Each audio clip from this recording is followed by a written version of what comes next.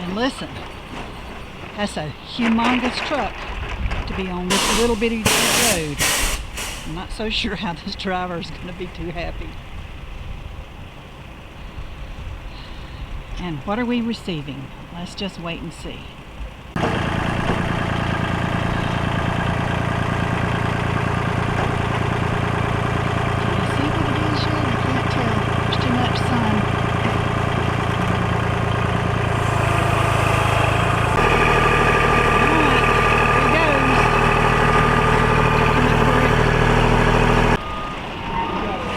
I think he's got it this time. Wow, he's good. He's really good. Yeah. I'd have just been stuck here forever. All right, here we go. There's the sawmill in the box. It's under the big barn right now. And maybe the sun won't be too bad, and I can turn around here.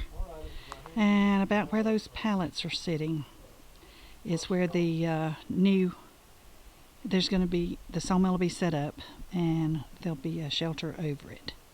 So anyway, thank you for watching Pemberley Farm, and have a very blessed day.